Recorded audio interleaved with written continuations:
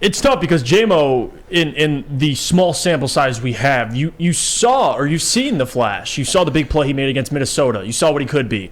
And I get people were concerned, and it's not even about Goff to me. Can Goff hit him? No, I've seen Goff hit Chark multiple times. So, and it took, honestly, most of the season for them to develop that chemistry. He's missed a majority of the season for DJ Chark. But for JMO, I'm not concerned. I do want him to get more involved. I mean, you look at the wide receiver core, and you brought up Amon-Ra. Last year, Amon-Ra, they needed him to step up. And he was a good enough player to be utilized, but at the same time, the wide receiver core was pretty much drained. This year, you have Chark, you have Reynolds, you have Amon-Ra. They have guys they trust, they want to keep utilizing. That's fine.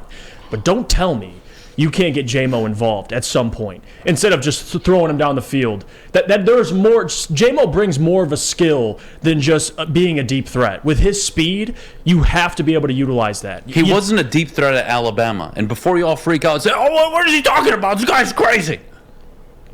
This guy was most deadly.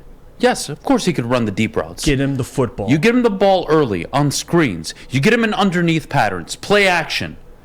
Jameson Williams is one of the most fantastic yards after catch receivers we've seen come out of the draft in a long time. Get him the ball in space. This is not a one-trick pony stick where we're sending him down the field. I'm not understanding. You see what the Dolphins did with Waddle on that 84-yard touchdown yesterday? That is how you use Jameson Williams. Absolutely.